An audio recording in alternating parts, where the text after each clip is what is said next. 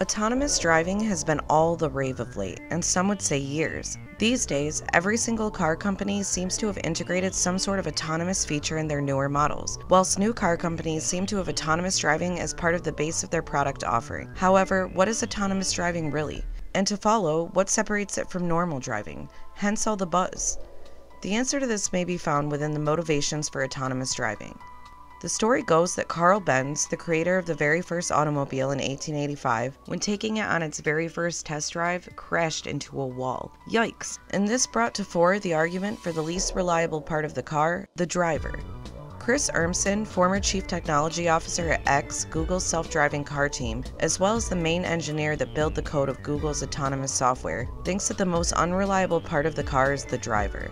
During his 2015 TED Talk speech, he mentions that humans have tried to correct this part of the car for the past 130 years, adding features such as seatbelts, strength reinforcements, as well as airbags. More recently, he suggests that we have also made the car smarter in order to fix the same problem, the human. The human driver is the most unreliable part of the driving function. Now the CEO of Aurora Innovation, a company that creates autonomous driving software, Urmson continues to explain the difference between a patch job, referring to the current efforts to add driver assistance systems to your car, and authentic autonomous driving car development. But for autonomous driving to be truly appreciated, he highlights the scale of the problem, which is globally, 1.2 million people die in road accidents every year, with 33,000 of those in the United States alone.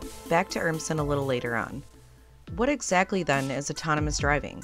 Is a car autonomous because of its ability to drive itself to any destination with no one inside it, or that it takes over in certain situations but essentially lets the driver engage with the car outside of said situations? Perhaps it involves the vehicle driving itself, without human intervention, as long as certain constraints are met, such as good weather. As part of the taxonomy and definitions for terms related to on-road motor vehicle automated driving systems, standard autonomous vehicles occupy 6 levels. Level 0.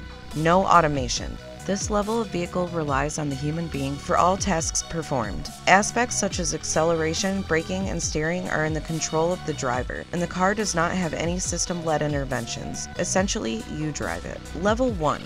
Driver assistance.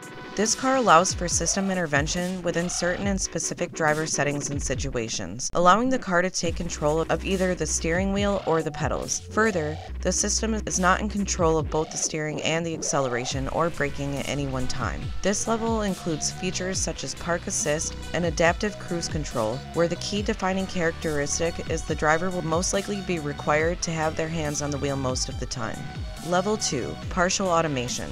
This level features cars that allow the system to take over both the steering wheel and the pedals. However, for the system to trigger such a scenario, a certain condition must be met, such as hands on the wheel within certain times. Also, for such levels, the driver is still required to maintain the control of the vehicle, similar to Tesla's autopilot, where the vehicle can conduct some parts of driving, whilst the human monitors the environment and performs most of the driving tasks. Level 3. Conditional automation. These vehicles are able to monitor the environment and, crucially, make some decisions such as when to overtake. However, the driver is expected to be in a position to take control when the system makes a request. The system, in its response to monitoring the environment, can fully take over driving responsibilities. The duality of responsibilities between the developer of the vehicle and the driver makes it easy to see why automakers will be eager to skip this step. Level 4. High automation. This level of vehicle can be driven by a human being, but the human is not required as part of the driving task. The automated system is capable of performing the driving task as well as monitoring the environment, without needing the human to take back control. Under the right circumstances, the car can drive itself full-time, can prompt for human assistance, and park itself should the assistance not be provided. Google, Waymo's test cars fall into this category and can be considered autonomous. Level 5.